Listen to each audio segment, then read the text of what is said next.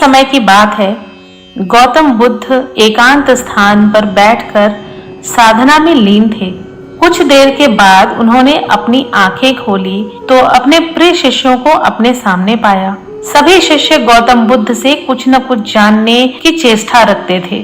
एक शिष्य ने आगे बढ़कर कहा कि हे भंते, हम जानना चाहते हैं कि उपदेशों का वास्तविक महत्व क्या होता है।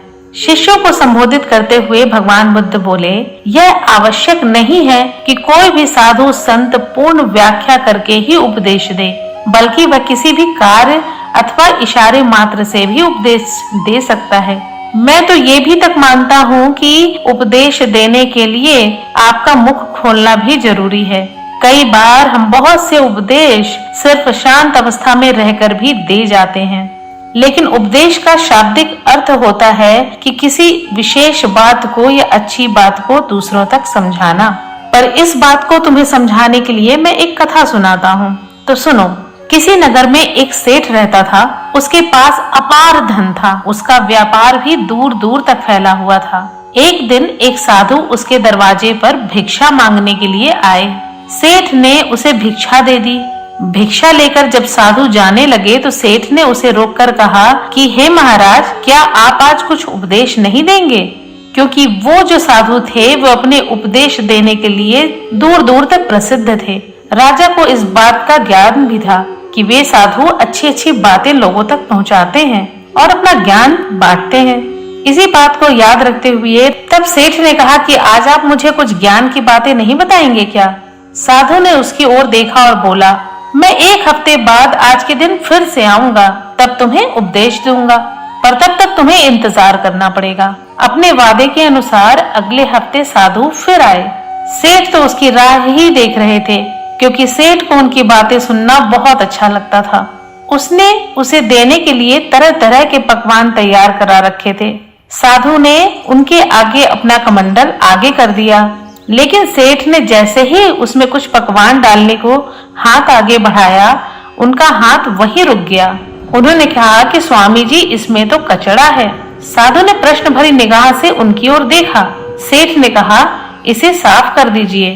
साधु ने उसे झाड़कर पोंछ दिया। सेठ ने उसमें खाने की चीजें डाल दी और वे भिक्षा लेकर जाने लगे। तब पुनः सेठ ने कहा कि महाराज, आप तो आज फिर भूल गए, आप मुझे उपदेश क्यों नहीं दे रहे हैं? साधु बोले, अरे क्या तुम्हें उपदेश नहीं मिला? तो सुनो, मेरे कमंडल में जब गंदगी थी तो तुमने उसमें खाने की चीजें नहीं डाली, बल्कि उसे साफ करने को कहा। इसी तरह तुम्हारे अंदर जब तक काम, क्रोध, लोभ, मोह आदि हैं और बुराइयां भरी पड़ी हैं, पहले उन्हें साफ करो, तब कुछ तुम पा सकोगे। अतः साधु महात्मा इसलिए उस सेठ को उपदेश नहीं दे रहे थे, क्योंकि उसके मन मस्तिष्क में तो चारों पहर सिर्फ एक ही बात घूमती थी कि मैं किस तरह से अपना धन वृद्धि करूं और अपने व्यापार को आगे बढ़ाऊं। काम, क्रोध, लोभ उसके अंदर भरा पड़ा था, क्योंकि मोह में डूबा हुआ व्यक्ति किसी चीज को नहीं देख पाता।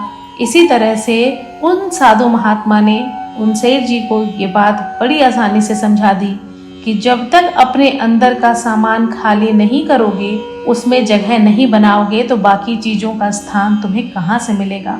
हम भी अपने जीवन में ऐसा ही देखते हैं ना। हमने अपने अंदर इतनी बुराइयों को भर रखा है कि बाहर की अच्छाइयाँ उनमें प्रवेश ही नहीं कर पाती। हम अगर अपने जीवन में बदलाव लाना चाहते हैं, कुछ अच्छा पाना चाहते हैं, कुछ अच्छा करना चाहते हैं, तो अपने अंदर से सबसे पहले अपनी कमियों को निकाल फेंकना होगा। क्योंकि क्रोध करना, काम की वासना रखना, लोभ और मोह की बातों को हम सोचते रहते हैं, जब तक ये बुराइयां हमारे अंदर रहेंगी, किसी भी प्रकार की अच्छाई अंदर नहीं पहुंच पाएगी। आपको इस कहानी से क्या शिक्षा मिली, मुझे कमेंट में जरूर बताइएगा। हम मिलते हैं अपनी अगली कहानी में। तब तक हंसते रहिए, मुस्कुराते रहिए, और हाँ, अगर अपने अंदर ज्ञान को लाना चाहते हैं तो पहले अपने अंदर की सारी कमियां और गंदगी को साफ कर दीजिए। धन्यवाद।